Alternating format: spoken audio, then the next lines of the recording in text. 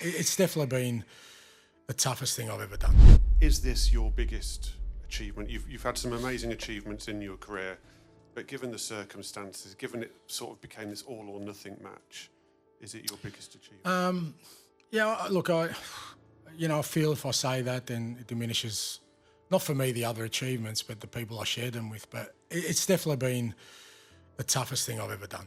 I think when we got to sort of the end of January, the end of the transfer window, and I kind of assessed our situation, I just made a decision there and then that this was the trophy we were going to go for. And, it probably was at odds with what other people at the club sort of believed at the time we should do. And that's understandable. But I just really believed we could win. We could win this.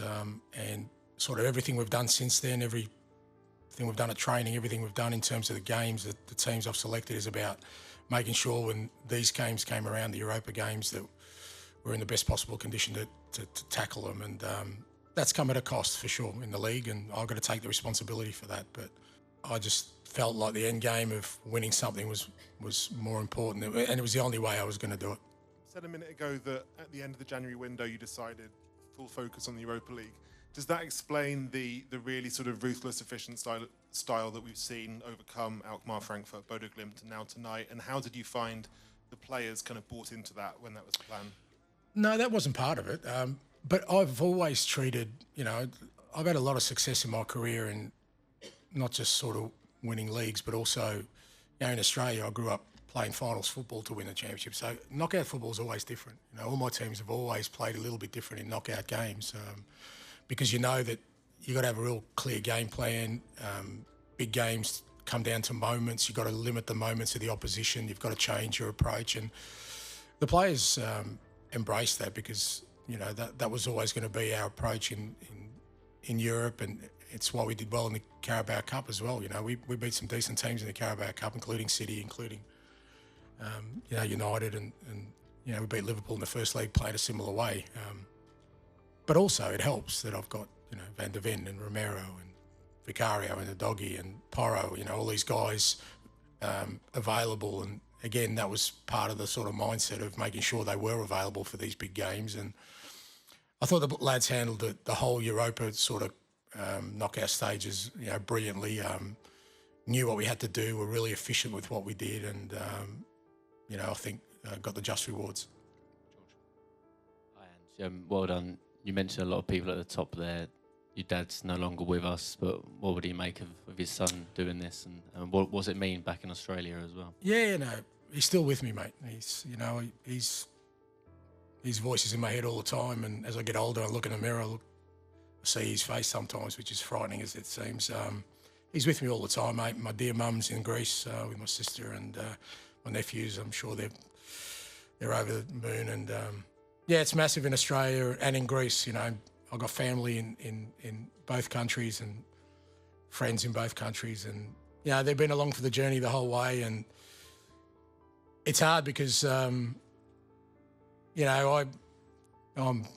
big enough and ugly enough to take whatever comes my way, but they get hurt when people sort of come at me and they pay the price, particularly, those closest to me, my beautiful family and my friends. And, they want to defend me. And, I keep telling them it's a small price to pay when you have nights like this. And I've been fortunate. I've had plenty of nights like this, and just seeing them tonight. And I know everyone in Australia, they would have got up early in the morning.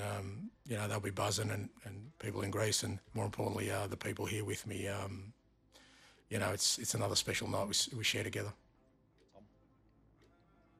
Hi, Ants. Congratulations. You talk about backing your vision. I mean, how does a club let go of a manager who's just delivered them their first trophy in 41 years in European competition? Look, I think I said yesterday, I'm pretty kind of, not relaxed is not the word, because I'd be disappointed if we couldn't continue on this path. But, like I said, it's not a criticism. I understand why it would be difficult for a club like this to buy into one person's vision. I remember even when I signed, it was kind of, the club, well, even Daniel sort of said, we went after winners, it didn't work, and now we've got Ange. And, mate, I'm a winner. I've been a serial winner my whole career. It's what I've done more than anything else. you know. And I know people talk about my football, which I'm very proud of, and I know people dismiss my achievements because, you know, they didn't happen to happen on this side of the world. But for me, they're all hard earned, and all I've done my whole career is win things. And but I understand, you know, look, obviously the way things have gone in the league, you know, people are rightly to be concerned about. Like I said, I don't think there's a true reflection of where we're at. But whatever happens, I said my own sort of belief in what I do doesn't waver, and I'll continue to kind of push on to do what I do.